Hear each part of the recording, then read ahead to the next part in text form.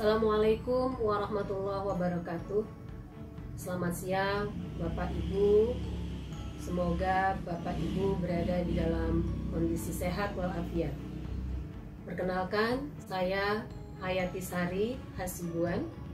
Saya adalah dosen di Sekolah Ilmu Lingkungan Universitas Indonesia. Saya berkedudukan di program studi Magister Ilmu Lingkungan.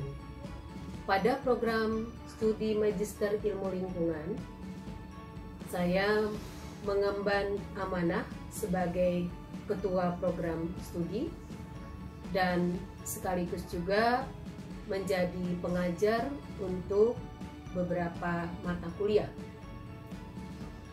Mata kuliah inti yang diampu oleh saya sekaligus sebagai koordinator adalah mata kuliah penataan ruang dan analisis pembangunan wilayah. Lalu mata kuliah lainnya adalah mata kuliah yang termasuk di dalam peminatan, yaitu mata kuliah perencanaan pembangunan berkelanjutan. Pada kali ini saya akan menyampaikan tentang mata kuliah penataan ruang dan analisis pembangunan wilayah. Mata kuliah ini berada pada semester 1 dan menjadi mata kuliah inti dari program studi Magister Ilmu Lingkungan.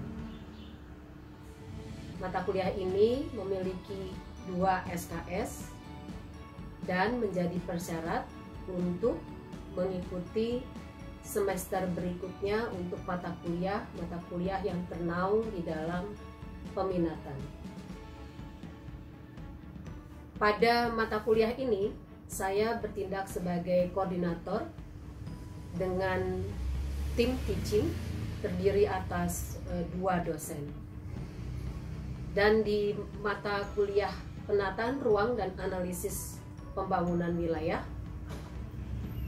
pertemuannya diharapkan menghasilkan mahasiswa yang mampu untuk menganalisis pertumbuhan dan perubahan dari penataan ruang berbasis pada ilmu lingkungan dan mengamatinya dari aspek sosial, ekonomi, dan lingkungan yang menjadi prinsip pada ilmu lingkungan.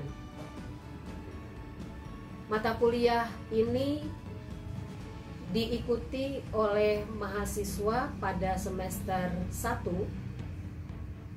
karena dimaksudkan sebagai fondasi bagi mahasiswa program studi Magister Ilmu Lingkungan untuk memahami karakteristik ruang, karakteristik wilayah, karakteristik dari ruang kota dari pandangan ilmu lingkungan.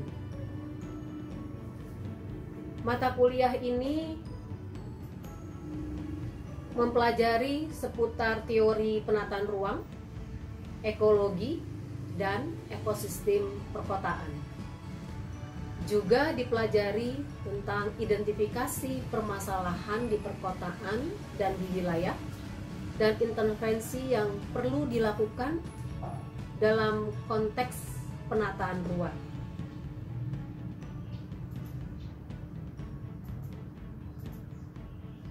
Adapun capaian dari pembelajaran mata kuliah ini adalah mahasiswa mampu mengembangkan pengetahuan penataan ruang melalui pendekatan interdisiplin dan multidisiplin bidang ilmu lingkungan yang meliputi proses pengamatan, analisis, evaluasi, dan formulasi yang disajikan dalam makalah karya mengenai penataan ruang berbasis ilmu lingkungan. Terdapat 6 subcapaian pembelajaran dari mata kuliah ini. Yang pertama adalah mahasiswa dapat menjelaskan teori-teori tentang penataan ruang dalam konteks ilmu lingkungan. Kedua, mahasiswa dapat menggunakan teori-teori penataan ruang dalam mendeskripsikan fenomena ruang. Yang ketiga, mahasiswa mampu menganalisis permasalahan, strategi, dan kebijakan penataan ruang, mulai dari tahap deskriptif sampai dengan tahap analisis, proses estimasi, dan penarikan kesimpulan. Keempat, mahasiswa mampu menilai strategi dan kebijakan penataan ruang. Yang kelima, mahasiswa mampu memformulasikan strategi dan kebijakan penataan ruang berbasis ilmu lingkungan sebagai intervensi dalam pembangunan berkelanjutan.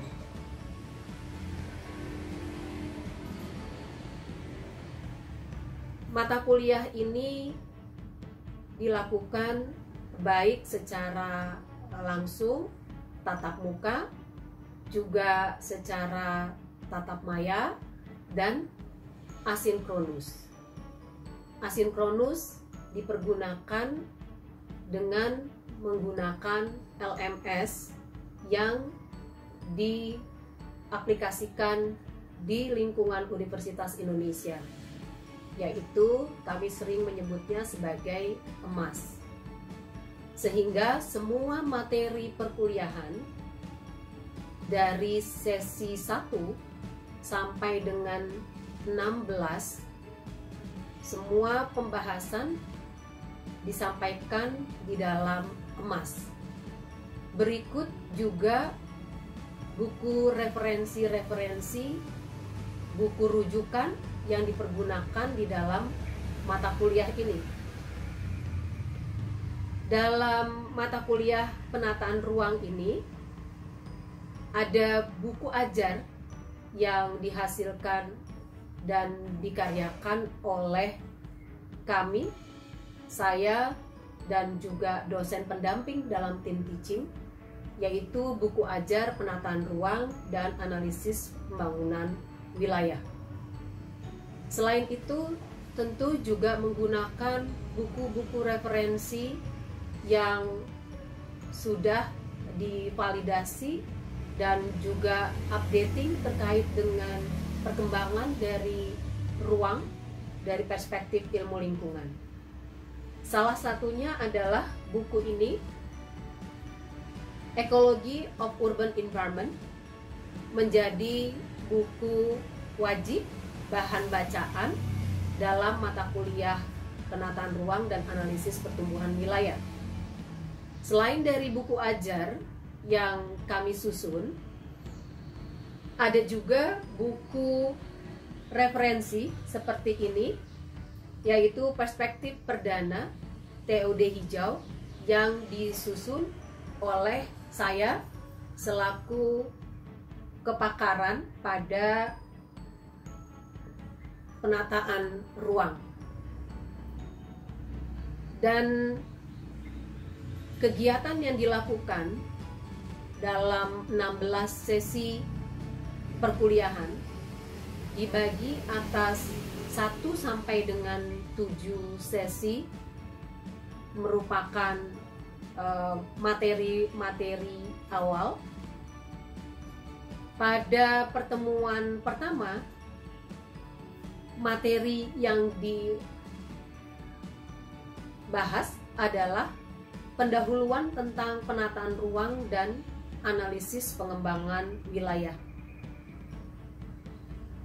Pada kesempatan awal ini, mahasiswa akan juga diuji pengetahuan sebelumnya terkait dengan dan keterkaitan dengan aspek ruang.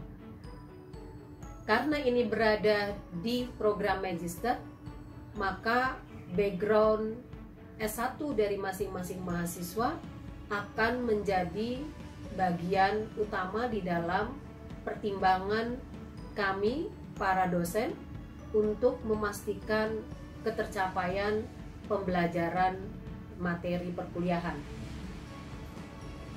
Pada pekan kedua, yang akan dibahas adalah tentang definisi ruang dan konsep ruang dalam perspektif ilmu lingkungan.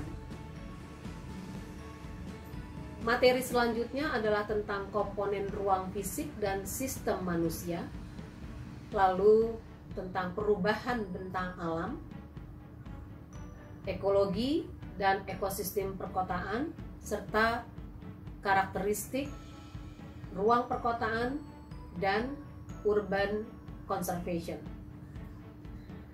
Pada pertemuan ketiga dan keenam ada praktikum yang diikuti oleh mahasiswa, yaitu praktikum GIS, Geographical Information System, yang dilakukan di lab pemodelan lingkungan di kampus Sekolah Ilmu Lingkungan Universitas Indonesia, Jalan Salemba Raya nomor 4.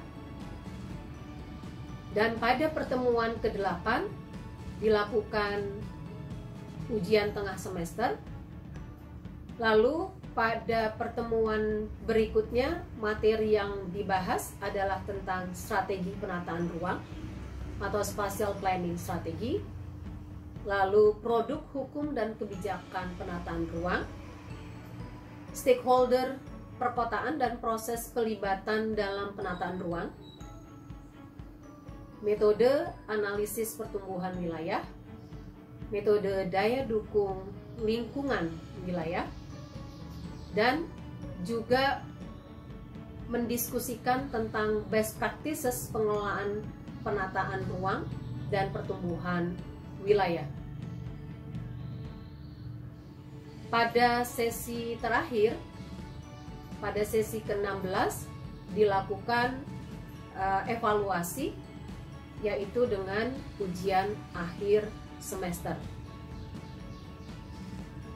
Evaluasi yang dilakukan pada mata kuliah ini meliputi ujian tengah semester, ujian akhir semester, dan tugas-tugas berupa paper review dan case-based learning, serta problem-based learning. Adapun cara penilaian dari perkuliahan ini, kami menggunakan borang penilaian yang meliputi penilaian formatif dan somatif. Range dari penilaian kami sampaikan juga di dalam RPS, di dalam rubrik penilaian, dan pada hasil akhir penilaian kumulatifnya disampaikan mengikuti rentang yang berlaku pada Universitas Indonesia, yaitu nilai 85 sampai dengan 100 adalah nilai A, nilai 80 sampai dengan kurang dari 85 A minus, dan seterusnya. Dan range penilaian ini diberikan kriteria terhadap aspek-aspek yang dinilai.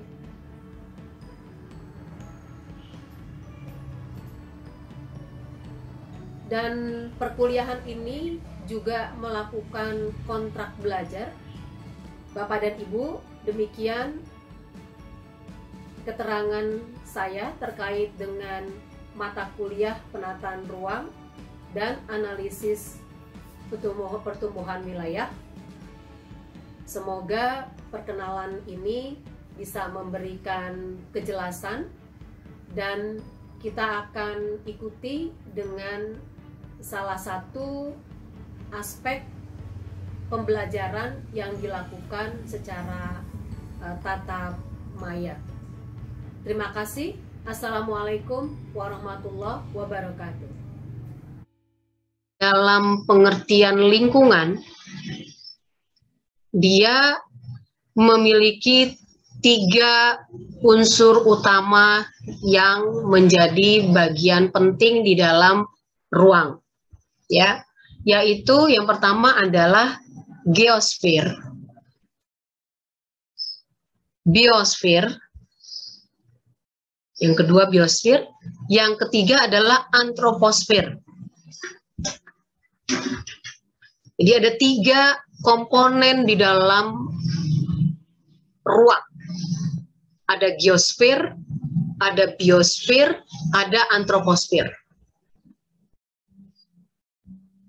Nah, geosfer itu meliputi 3 ruang lagi, ya, 3 subsistem ruang, yaitu atmosfer, ruang udara, lalu hidrosfer, ruang air, dan pedosfer itu tanah. Jadi geosfer, ruang bumi, ini memiliki sub ruang. Ya, ada ruang udara, ruang air, dan juga ruang darat atau tanah, pedosfer.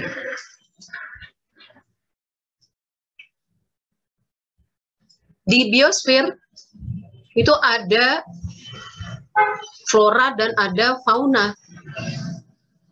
Ada berbagai jenis tanaman, ada berbagai jenis hewan di dalam biosfer. Lalu yang ketiganya, ini adalah kita, antroposfer, manusia. Manusia dengan segala aktivitasnya. Jadi, selalu diingat bahwa ruang di dalam lingkungan itu, ketika kita bicara ruang dalam lingkungan, tidak hanya ruang fisik, geosfer, tapi dia juga ada biosfer, dan ada manusianya, antroposfer. Ya. Nah, ketika kita lihat ini, subsistem di dalam geosfer, yang ada tadi ada atmosfer, ada hidrosfer, air, dan ada pedosfer. Satu sama lain, ini saling berinteraksi. Sudah belajar prinsip interaksi di dalam mata kuliah PIL? Prinsip ilmu lingkungan? Sudah? Sudah diperkenalkan konsep interaksi? Belum? Ya, belum ya? Di mata kuliah prinsip ilmu lingkungan udah diperkenalkan belum? Kalau prinsip interaksi seingat saya belum ya Bu, tapi kalau yang terkait geosfer dan biosfer ini sudah pernah ada penjelasan. Oh, geosfer, biosfernya ini sudah begitu ya. Yang interaksi nggak? Belum. Oke. Nah, kita lihat lagi sekarang dalam bentuk ruang tadi, dia atmosfer, itu berinteraksi dengan hidrosfer. Hidrosfer berinteraksi juga dengan pedosfer. Dan juga ini juga mempengaruhi juga, si atmosfer juga mempengaruhi pedosfer juga. Uswah, kapan atmosfer itu mempengaruhi hidrosfer? Kapan ya ruang udara itu mempengaruhi dan berinteraksi lah ya, berinteraksi dengan ruang air? Dalam hal siklus hidrologi, Bu. Dalam siklus hidrologi, ya. Dalam interaksinya itu terjadi pada siklus hidrologi. Gimana di siklus hidrologi itu, Uswah? Siklus hidrologi misal dari air yang ada di permukaan, kemudian secara singkatnya mengalami penguapan, kemudian dia terkumpul menjadi awan, kemudian awan terkondensasi menjadi hujan. Seperti itu. Oke. Iya. Jadi kalau ada perubahan di hidrosfer di dalam ruang air itu kan ada air permukaan, ya. Air permukaan itu ada sungai, danau, situ, embung, kemudian ada air laut, lalu ada air tanah. Jadi kalau ada perubahan di dalam ruang air, danaunya hilang gitu. Apa tuh akibatnya? Danaunya hilang nih, Salma. Yang hilang bukan dompet nih, Salma. Danau. Apa akibatnya, Salma? Akibatnya kekeringan ya, Bu. Akibatnya kekeringan. Dia pengaruh kepada atmosfernya gimana? Dalam siklus hidrologi tadi. Akan hujan ya, hujan lebat. Jadi hujan lebat ya. Gimana? Apa yang menyebabkan terjadinya hujan lebat? Oke. Ruang air yang berubah, dia akan mengakibatkan beberapa hal tadi. Dia bisa kekeringan, bisa juga terjadinya banjir ya, run off. Karena nggak ada badan airnya lagi. Tadi Uswa kan bilang, wadah tuh seperti gelas ini air. Danau pada awalnya dia menampung sejumlah air. Lalu kemudian danaunya hilang. Danaunya hilang, maka airnya yang tercurah tadi, yang dari air hujan, nggak punya tempat, Salma. Nggak punya ruang lagi, nggak punya wadah. Maka dia akan mencari wadah-wadah yang lain. Dia masuk ke rumahnya Salma, masuk ke jalan, masuk ke tempat-tempat lain yang bukan tempat sebenarnya. Karena tempat sebenarnya tadi danau hilang. Itu pengaruh perubahannya. Bu, maaf. Jadi begitu. Yap. Berarti kemungkinan itu juga yang terjadi di Jakarta ya, Bu, karena yang sebelumnya rawa, kemudian sudah tidak ada, terus penyebab banjirnya itu berarti karena alih fungsi lahan. Iya, betul, Tia. Karena awalnya adalah rawa, tempat di mana juga menampung air. Lalu sekarang rawanya hanya menjadi nama. Tadi kan ya, rawa itu memiliki karakteristik fisik sebagai juga penampung air. Karakteristik fisiknya sebagai menampung air. Lalu kemudian ada human impact karakteristik. Nah, human impact-nya ini merubah rawa-rawa tadi menjadi daerah yang impermeable, yang tutupannya terbangun semua, menjadi kawasan terbangun, menjadi perumahan, menjadi infrastruktur, menjadi perkantoran dan sebagainya. Jadi sekarang namanya aja jadi rawa, tapi karakteristik fisik sebagai rawa itu udah nggak ada lagi. Apa aja tuh? Banyak kan, rawa Mangun. Itu rawa. Rawa Belong, rawa Bebek. Itu semua rawa, dan hampir lebih dari 50% karakteristik fisik dari Jakarta itu emang terdiri atas rawa. Nah, ketika dia berubah karakternya, ruang karakteristik fisiknya tadi, physical karakteristik, karena adanya human impact karakteristik, hidrosfernya berubah nih. Hidrosfernya berubah. Ruang airnya jadi berubah. Makanya jadi dia memenuhi tempat-tempat lain. Makanya dia jadi banjir Jakarta. Oke, jadi Tia tadi sudah memahami mengapa kemudian Jakarta bisa mengalami banjir.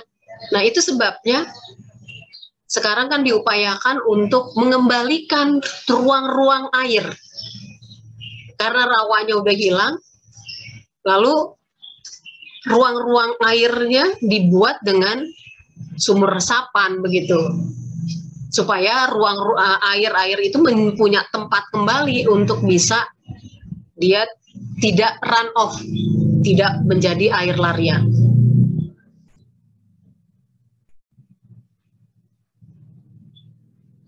Ada yang tahu nggak grogol itu artinya apa? Nah, tapi ada yang tahu grogol kan? Grogol tahu ya? Daerah Grogol ya? Di Jakarta kan ada Grogol. Jaka tahu ya Grogol ya? Tahu Bu, tahu tempatnya. Artinya kurang tahu Bu. Oh iya, tahu tempatnya gitu ya. Arti dari Grogol itu adalah daerah tambatan perahu. Di Grogol itu tambatan perahu.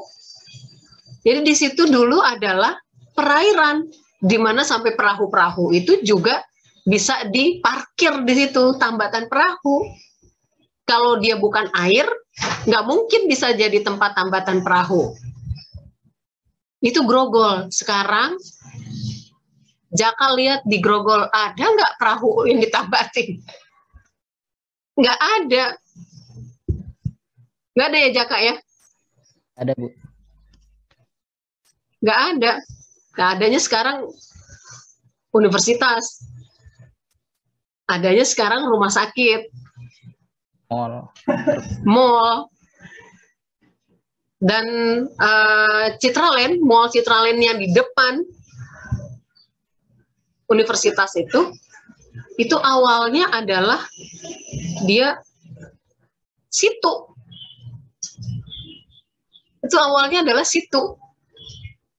Jadi tempat untuk air berkumpul tuh di situ. Situ itu. Yang akhirnya sekarang kalau kita lihat nggak ada bekas-bekas itu sama sekali kan.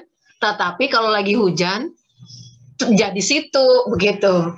Kan di depan Untar, di depan Trisakti, di depannya Citraland itu kalau lagi hujan kan jadi situ kan. Jadi situ dadakan, bukan situ babakan, tapi situ dadakan. Gitu. Karena emang itu adalah daerah air.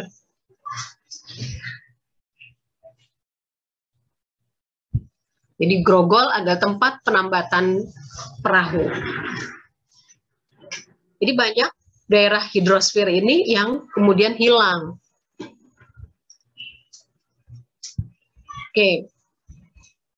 Itu tadi pengaruhnya kalau atmosfer dengan hidrosfer. Lalu bagaimana pedosfer interaksinya dengan hidrosfer?